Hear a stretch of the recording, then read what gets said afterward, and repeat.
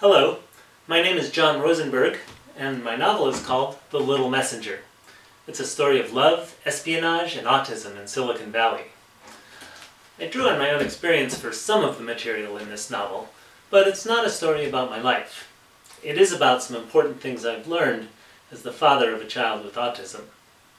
It's about the joy of fatherhood, undiminished by the absence of the tooth fairy, school plays, and all the other little Kodak moments in the brochure that we parents all carry around with us in our imaginations.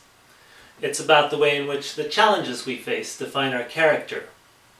And it's about the idea that we can often find the difference between a tragedy and a gift within ourselves, not in external events beyond our control.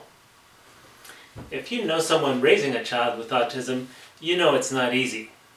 Our family has certainly had its share of dark and difficult days, and more sleepless nights than you'd think a human being could survive. Watching helplessly as our son suffered, listening to his wordless screams and not knowing what in the world to do, I would never wish autism on anyone. But I would also never choose to live without the things that it has given me. We have the most amazing people in our lives because of my son. It's a huge family of friends and caregivers that helps us through the difficult times and celebrates with us when our son learns a new word or masters a new skill. And we're more than just a family, we're a great team. And the alacrity with which my typically developing son joined that team at a very young age has made us all extremely proud. My son just brings out the best in everyone, not in spite of who he is, but because of who he is. Because of his innocence in both sadness and joy. Because he inspires people as he works so hard to make his way in the world. My son just draws people to him like no one I've ever seen.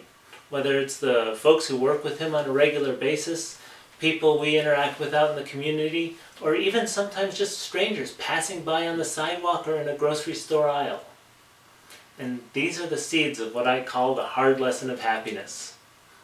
It took suffering to teach me that comfort and security don't make us into happy people. It takes difficult lessons in humility to overcome vanity and pride. We can't ever truly overcome envy until our most fervent wish every day is for someone else's happiness, and we learn that kindness is not a zero-sum game.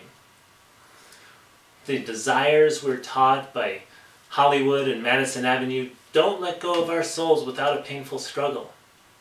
But when we free ourselves, when we no longer subjugate our lives to them, we are so unburdened that sometimes it feels as though we might just float away with joy. So I set out to share what I'd learned on this difficult and wonderful journey, and it occurred to me that I'd seen it all before, in Dante's Inferno and the other two books that make up his Divine Comedy. Now people will argue about whether or not the Divine Comedy is the greatest literary work of all time, but almost everyone agrees that it's the greatest work of literature that almost no one reads. This 700-year-old 14,000-line epic poem is not terribly accessible to today's reader. So I created a modern novel, using the Divine Comedy as thematic structure and subtext. And I set my story in the 21st century world of business and high technology because that is the current home of humankind's enduring conceit that with enough cleverness and drive we can create a world that will make us happy. And I wrote a book that I hope everyone can enjoy, whether or not they've even heard of Dante, whether or not they've ever had autism in their lives. You can find the book in paperback and Kindle format on Amazon.com, on BarnesandNoble.com for the Nook, and on iTunes if you want the iBook format.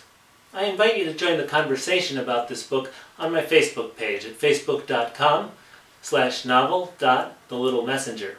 I look forward to hearing from you. Thanks.